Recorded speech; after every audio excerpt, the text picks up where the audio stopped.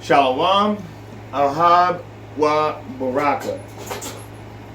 First and foremost, call halala Yahweh Bahashim, Yahweh Shai Bahashim, Lakwakadash. Alright, today let's just get right into it. I was out building a porch in my backyard, and the Spirit came on me finally to bring out a class. And honestly, I'll wait until the Spirit comes on me and He'll show me what He wants me to say. So, through the power of the Spirit, this class came to me. So let me go ahead and bring it out. Where else is there? I got some notes too, from all kinds of different notes and everything. He showed me a few things that are really important right now, and I'm hoping I can get it for us. Hold on for a second. Alright, the Spirit's just on me right now. A whole bunch of stuff just came to mind. And so I actually have notes on some of the stuff that I want to bring out, and then other stuff I just want to read. So let's just get into it. Let's start with, let's go to Matthew chapter, I found my phone. I found my phone, guys. I've been looking for this phone for a week. Right? I guess, because I have so many different Bibles, this Bible is sitting over there, and I've been using the Bible in the house, and then I got the interlinear right here with the Strong's. And so I'll be on that side of the bar when I'm using this Bible, and since I haven't been on that side of the bar lately, I didn't realize that my phone was there. All praises. Call Allah Yahweh B'Shem Yahweh Shai. This is the phone I use for everything, so I was sad to see it gone. But now I got it back. Great. All praises. So let's get into it. First, we're going to start with a parable. This is the parable of the wheat and tare. Another parable put he forth unto them, saying, the kingdom of heaven is likened unto a man which sowed good seed in his field. So I want to show you something too. Oh man, the precepts are flying through my head right now. Let me see if I can keep it all in order. I want to remember it. I want to remember that precept. Okay, so he sold good seed in the field, but while men slept, his enemy came and sowed tares among the wheat, and went his way. But when the blade was sprung up and brought forth fruit, then appeared the tares also.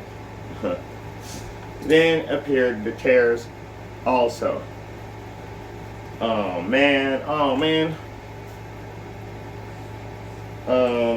I just want to get this verse really quick.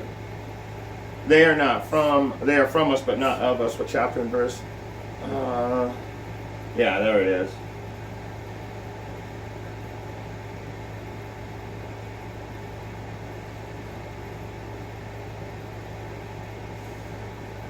They are all of us, but not all that are of us are from us or with us. What chapter and verse? So I don't want to say it wrong. Yes, there it is. 1 John 1 and 1 John 2 and 19. So this is why I wanted to read this, because I just showed you guys that there was good seed in the field, and the enemy came and he sowed tares with the good seed. And that brings me to this verse, and for some reason this verse is just ringing in my head, because they went out from us, but they were not of us. For if they had been of us, they would have no doubt continued with us. But they went out, that they might be made manifest that they were not all of us. So let me read 26 again. But when the blade was sprung up and brought out forth fruit, then appeared the tares also. So when we're in this truth and we're learning the righteousness of the 100% truth of the scriptures, where we also have people that come and looking just like us, saying almost the same thing, but they're truly a terror. They're scaring you away from the Most High. I mean, they look just like you, they walk, they talk, but when the fruit is brought forth, you can clearly see that they are not of the same vine. So that's why I wanted to bring that out, because the wheats and the tares, you got to understand, this is talking about righteous and unrighteous. This is talking about the 1/3 and the 2/3. So the ones that stuck with us, that stick with us, well, those people, they're going to live. See, we're not supposed to be teaching about how this place is going to go down. We're supposed to be teaching about how we're going to be saved.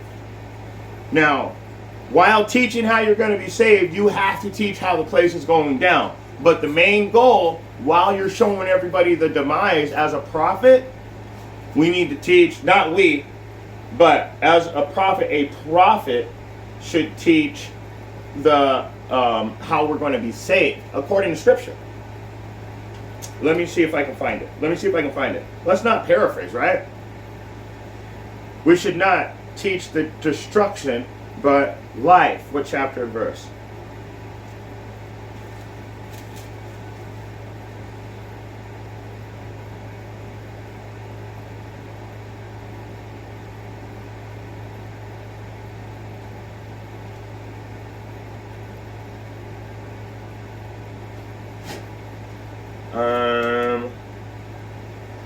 We should teach our repentance. What chapter and verse?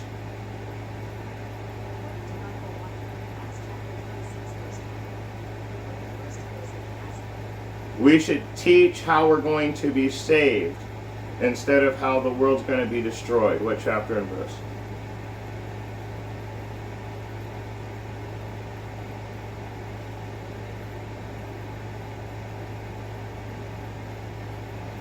Oh man, I'm not going to find it right now. I'm going to have to do another lesson just on that verse. Because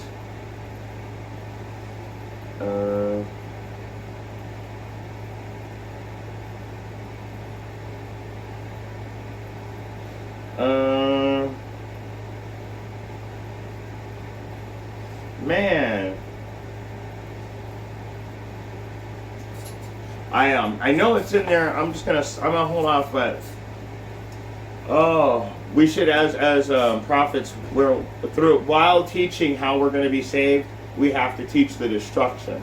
So I'm not saying as a prophet you're only supposed to teach how we're going to be saved, but in a default, we should be teaching our salvation and how Hashem Yahushai is going to crack this sky open and but what happens? See what happens? We have to teach the destruction. He's going to destroy our enemies to do it.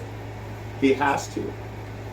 And so that would be the tares among you. So we've got wheat, we've got the righteous 1/3, and we've got tares. We've got the wicked 2/3 and all of the other nations, and numero uno, Esau, the devil himself. So let's just keep going though. So the servant of the household came and said unto him, Sir, didst not thou sow good seed in thy field, from whence then hath it tares? So let me read that again. So the servant of the householder came and said unto him, Sir, didst not thou sow good seed in thy field, from whence then hath it tares? Why is there bad seed with the good seed? Right? Why is there bad seed with the good seed? He's saying, didn't you plant just good seed? Why is there bad seeds with it? That's what he's saying there. Like specifically, that's exactly what he's saying. And he said unto them, An enemy hath done this. The servant said unto him, Wilt thou then go and gather them up? But he said, Nay, lest while you gather up the tares, you root up the wheat with them. So this is really important right here. while you gather up the tares. So while you go picking which person is the bad guy, you're just tearing them down and throwing them off to the side, saying, you're no good, you're good, you're no good. The Most High said, don't do that. He said, don't do that. Wait for the harvest. Wait for them to show their fruits. Watch. In fact, we grow up. So as Israelites, we're the righteous. The tares are all the people that are in worldliness. And so we have to grow up amongst the worldliness and the temptation of the world. And to top it off, we're in secret Babylon. So these are all really important things to take into consideration when you're talking about wheat and tare. We are literally, and it shows that the Most High has set us amongst our enemies to see what we would do. What did we do? We started worshiping their gods. What did he do? He punished us for it. And to lift up the skirt above the head, I just saw it today, and some stupid moron trying to read the Bible out of context, of course. But it means to be naked and all that stuff is talking about being in sin and the people knowing you're in sin, showing yourself that you're in sin. If you're walking around naked, it means you're walking around in sin. Your nakedness. How can you be not naked? To be covered in righteousness. To be covered in the truth. To be covered in faith. To be covered with the laws, the statutes, and the commandments to the best of your ability according to your knowledge. Now, I don't ever want to hear anybody saying, oh, well, you said you have to keep the laws. Of course you have to keep the fucking laws. Jeez. But, obviously, there's just some things that we can't do at this time. And for the people that can't handle that, and they want to play semantics, play semantics. It's okay. The Most High is coming soon. He'll clear it up for you. But there is a reward for playing semantics too, when someone's sincerely trying to teach and someone's sincerely trying to stop the word from coming out. That is wheat and tare 101. You got people running in like a damn fire alarm trying to stop the word from coming out, like they're some kind of superhero. I'm a Christian. That's not how it goes. Don't listen to this guy. You can celebrate anything you want. You can do anything you want. The laws are done away with. See, Christianity and Yasha Allah are two different religions. They have two different gods. They have all the high holy days are completely different. So to go back and forth with a Christian, it's a waste of time. Speak not many words with a fool.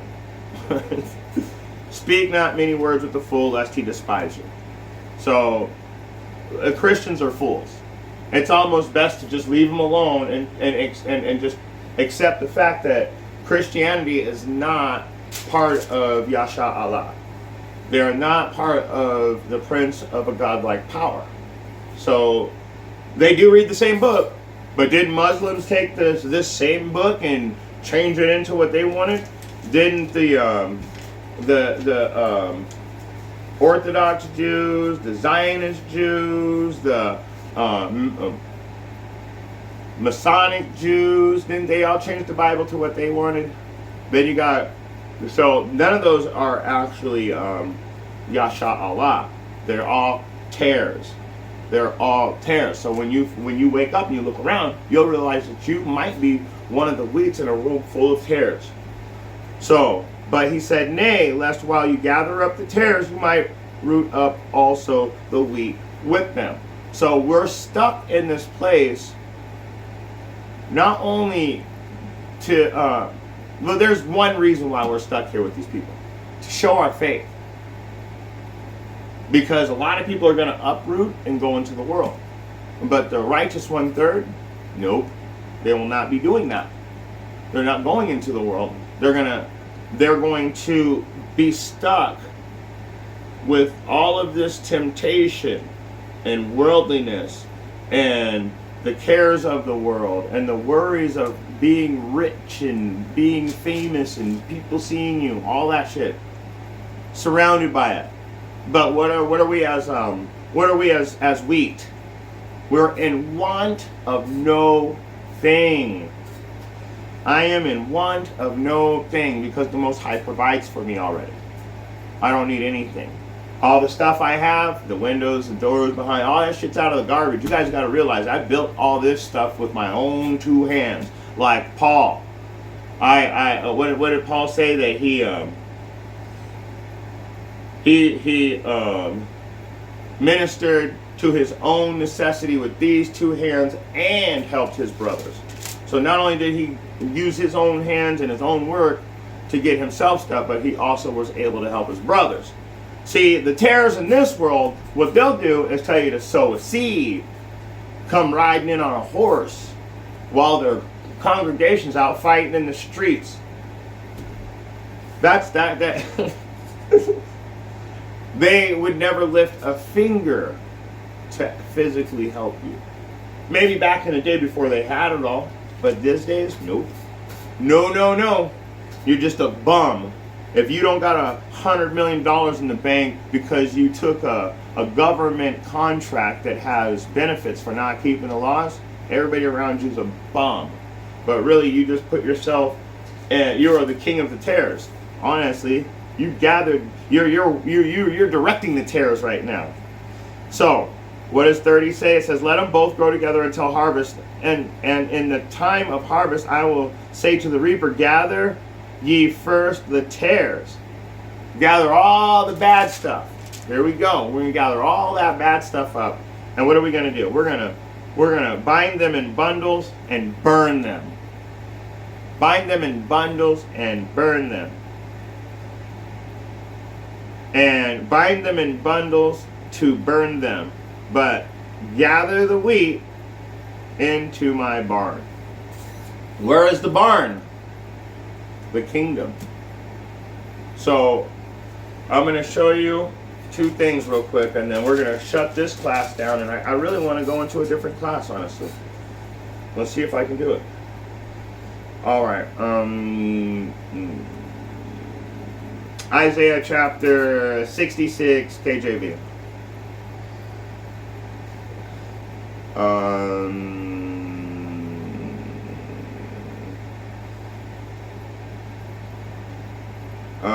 I'm just gonna. This is a go-to verse for all of you tares out there. Just to let you know, this is literally just a go-to verse.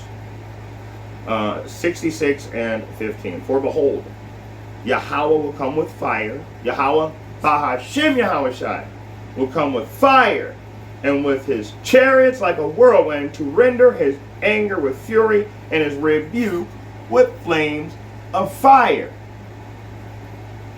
For by fire, this is verse 16, for by fire and by his sword will Yahweh plead with all flesh, and the slain of Yahweh shall be many. Why? Because a bunch of you out there believe in lies. Broad is the path to destruction. In fact, that's in Matthew 23, I think.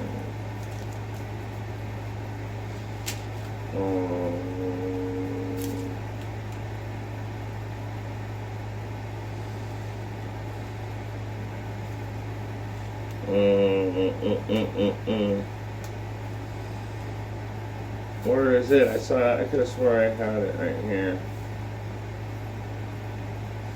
Well, I thought I had it, but broad is the path. The broad, oh man, it's such a beautiful verse.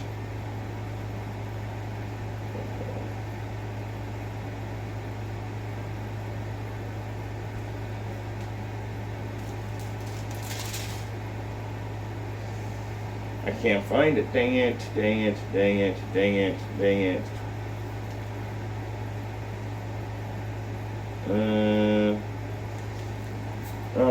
Let me just look it up real quick.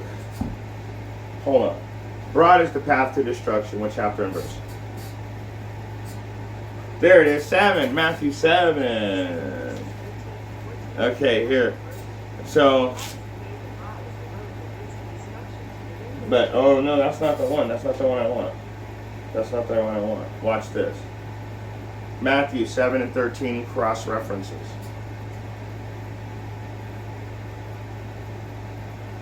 There's the one I was looking for.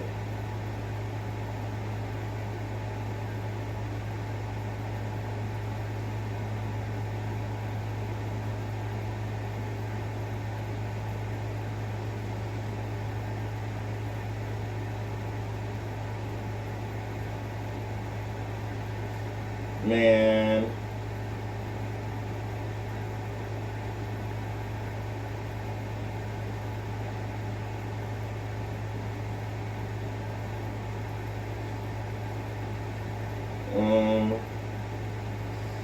I'm just going to read this one. Enter the narrow gate, for the gate that is wide and the way is easy that leads to that's the one. Dang it, it was the very first one. I didn't realize it. So, like I said, wide the broad path is the path to destruction.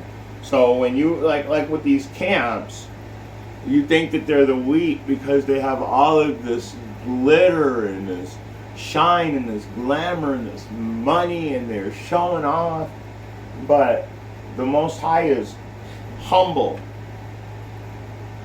and humbleness, by the skin of our teeth, we're going to get in. Through great tribulation shall you get into the kingdom. So, but when I was talking about wheats and tares, it said bundle them up and they're going to burn. And then I told you that that how you're going to burn by fire. And I showed you by fire the Lord by fire will plead with all flesh.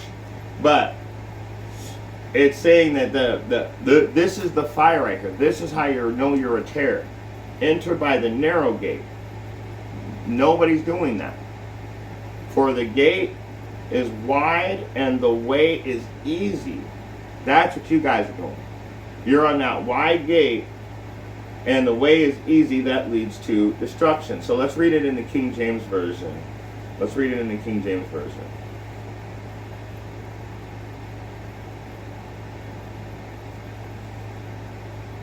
Matthew 7:13 KJV. I don't know why I'm making right here. Let me just read it right here.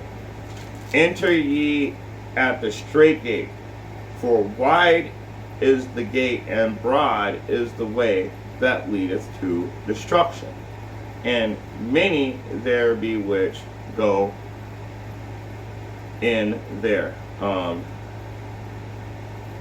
thereat. So let me read it again.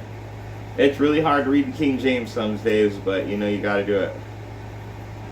So let me just read this to you, because you'll know this is wheat and tare 101. Because if you're part of the wheat, you're not going to be on this broad gate. The broad gate is the when you're justifying your lifestyle. You know you're in the broad gate. Well, I gotta do this because I got and the Most High. I'll tell them when I get there. You ain't getting there.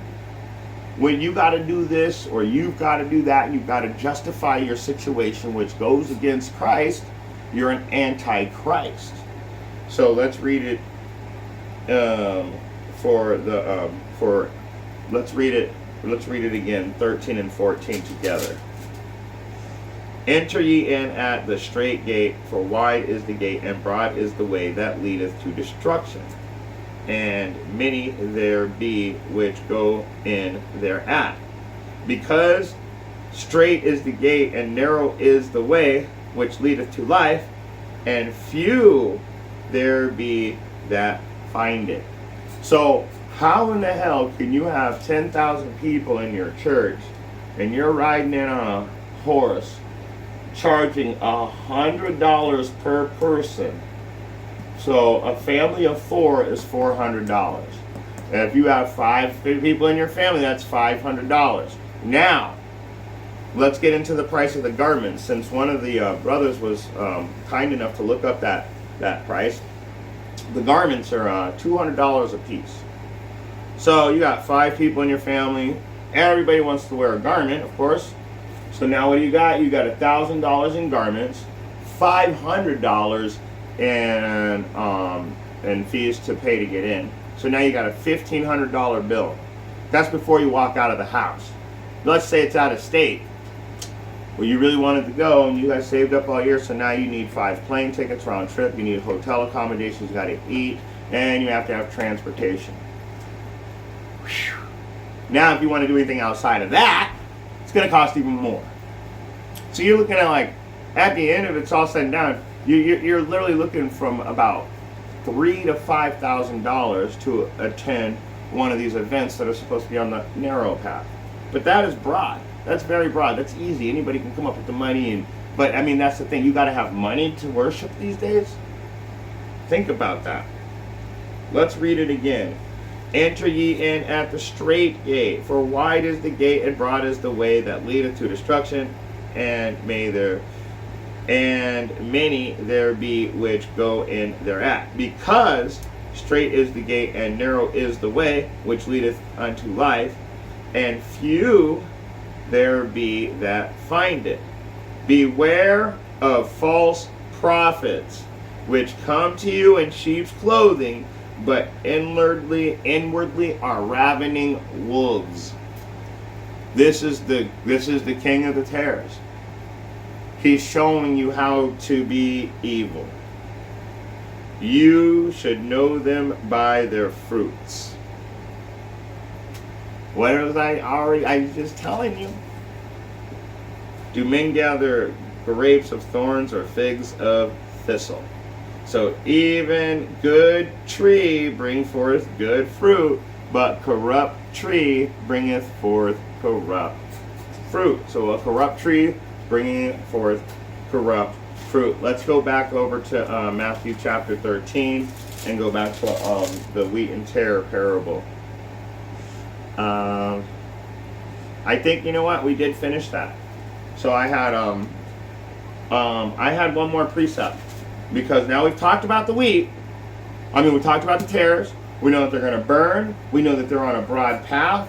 We know that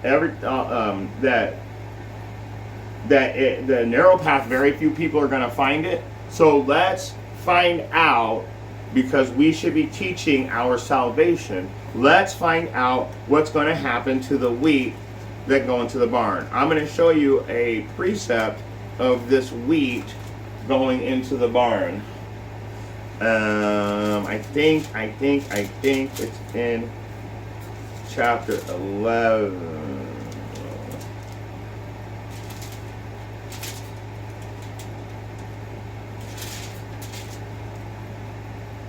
Yep, and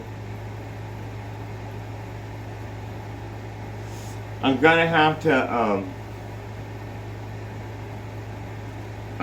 start at Revelation chapter 11. I'm gonna have to start at verse 8.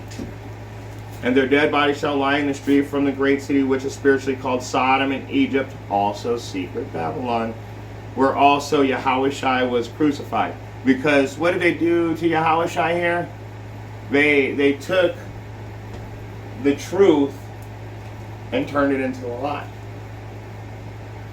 They took the children of Israel and crucified them daily. That's the body of Christ. And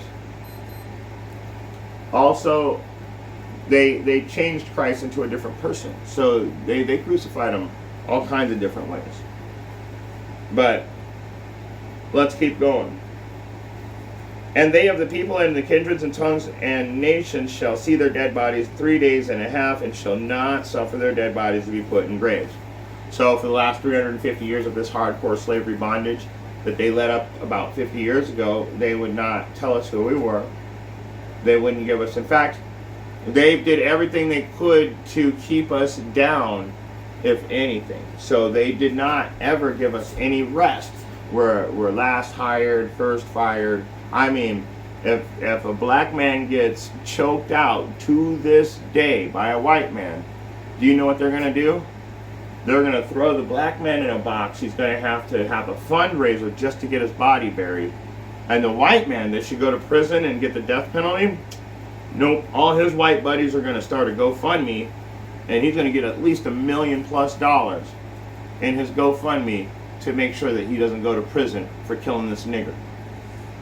Just remember that. So, and they of the people, kindreds and tongues and nations shall see their dead bodies 3 days and a half, and shall not suffer their dead bodies to be put in graves. Instead, what are they gonna do? And they that dwelt upon the earth shall rejoice over them and make merry, and shall send gifts to one another. So what is the tares doing right now? They're joyful, they're making merry. Back during the 3.5 days while we were dead, in other words, while we were in hardcore slavery bondage, getting the brakes beat off of us, these people were using us and exchanging us as gifts. You need to look up some history. We were the greatest thing ever. They used us for food. They chopped so-called black people up and made them into food. They used our skin for clothes.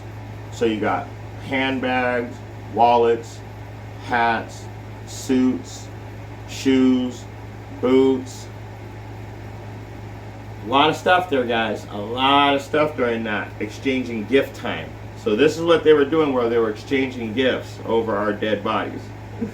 And because the two prophets tormented them and dwelt on the earth. So at a certain time, and we torment them right now. This is what we're doing. We teach the truth. Everybody hates the truth. That's why we have wheat and we have tares.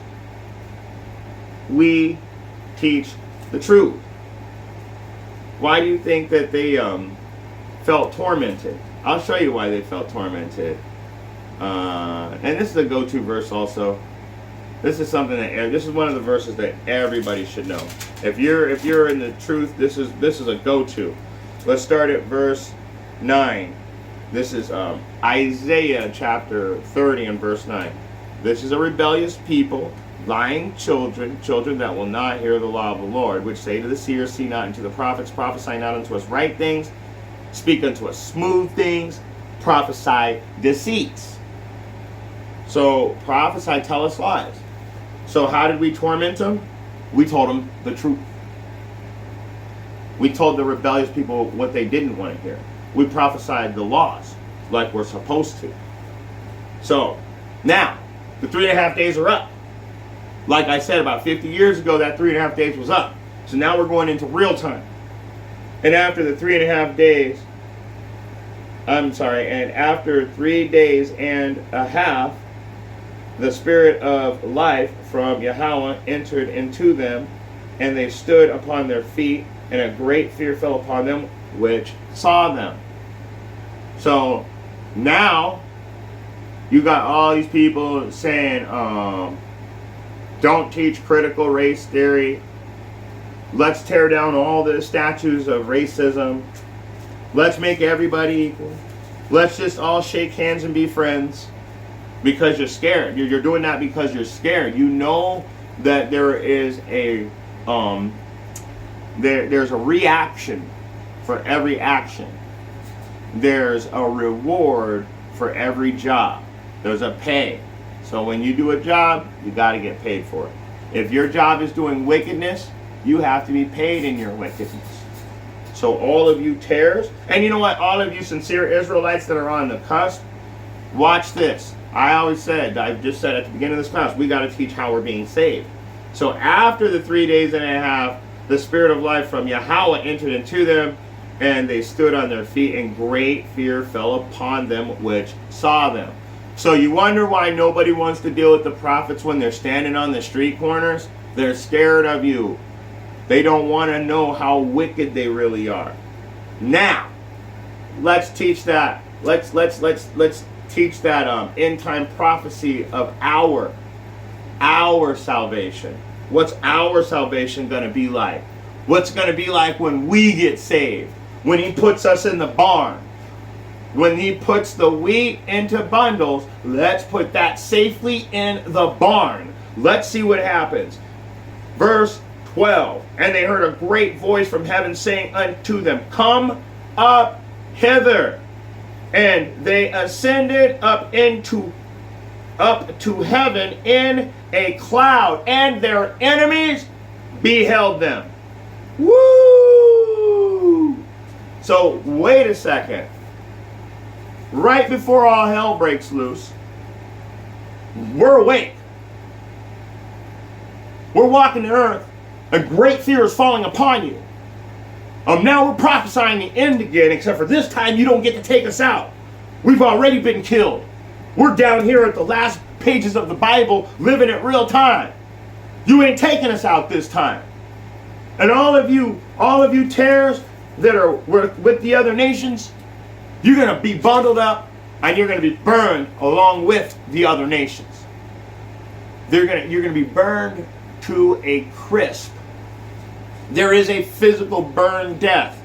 That's why they're shooting nuclear missiles. That's why they're not shooting them. They're getting ready to. They're doing, what do they call it? Exercises. They got exercises that they're practicing. Whatever. Gunplay. So, they're going to watch us. What are we going to do? What are we going to do? Did you hear what we're going to do, guys? And they ascended up to heaven in a cloud. Oh, that must be the rapture. Wait a second.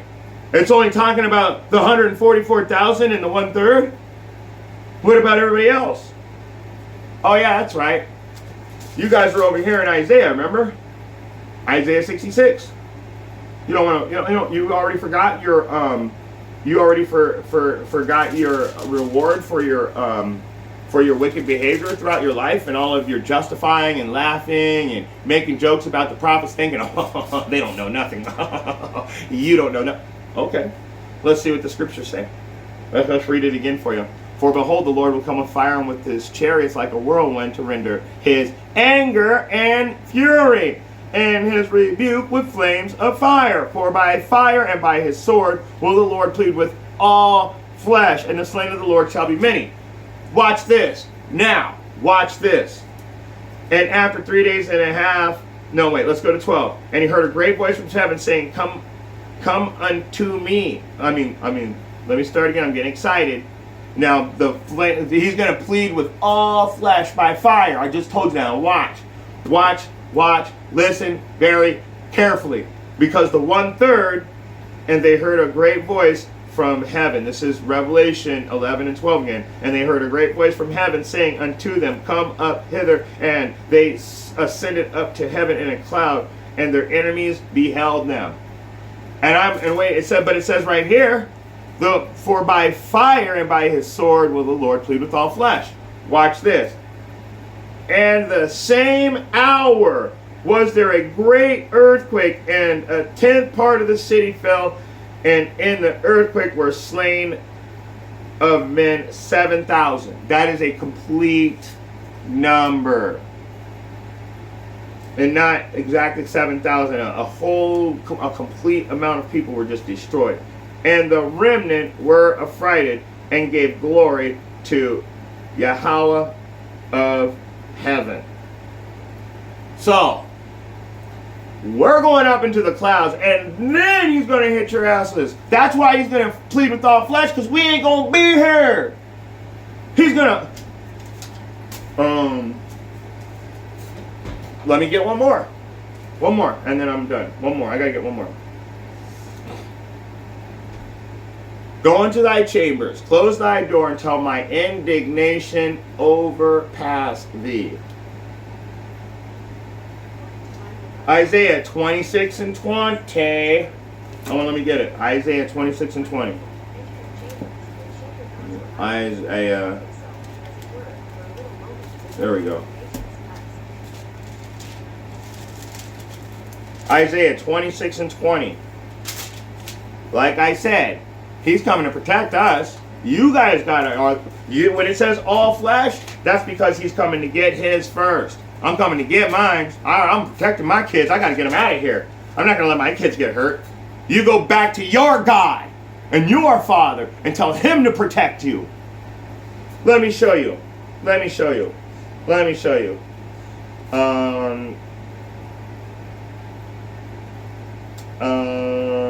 Here it is. Isaiah 26 and 20.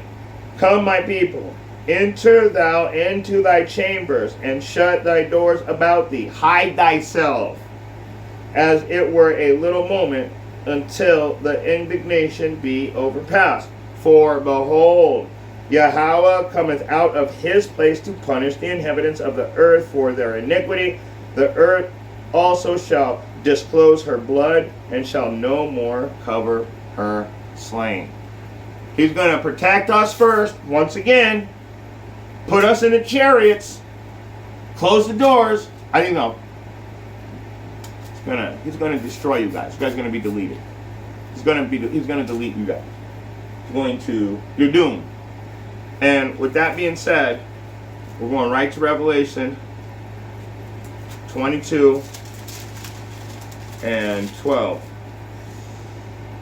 And behold, I come quickly, my reward is with me, to give every man according to his work shall be.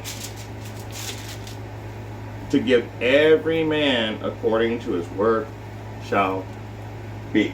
So, I tell you this at the end of every class because it's really important. If you want, if whatever you're doing in this world, that's what you're going to be repaid for. Now, let's go ahead and remember. I got to give you the reminder. I got to give you the disclosure. This is Revelation 22 and 18. For I testify unto every man that heareth the words of the prophecy of this book. If any man shall add unto these things, Yahweh shall add unto him the plagues that are written in this book. All you false camp leaders, all you Christian leaders, all you Muslim leaders, all you Hindu, Orthodox, Jew, Zionist, Messianic, all of you. If you're not in the 100% truth, and if you add or take away from this, or let's just say, if you add anything to this book, unto him the plagues that are written in this book shall be added unto you. But wait, there's more for all of you fakes out there. And if any man shall take away from the words of the book of his prophecy, Yahweh shall take away his part out of the book of life and out of the holy city and from the things which are written in this book. So by adding or taking away, which also falls under the same category as changing the doctrine to suit your purpose, because if you have a 501c3, you cannot teach against what the government is producing. So if the government says that they're going to pull out the MOTB, you got to teach that the MOTB isn't bad, or that it doesn't exist even. You got to realize that. So that's changing the words right there. You're not getting in the kingdom for that. And if you got eyes to see and ears to hear, I really hope you're able to get something out of this short message. Shalom.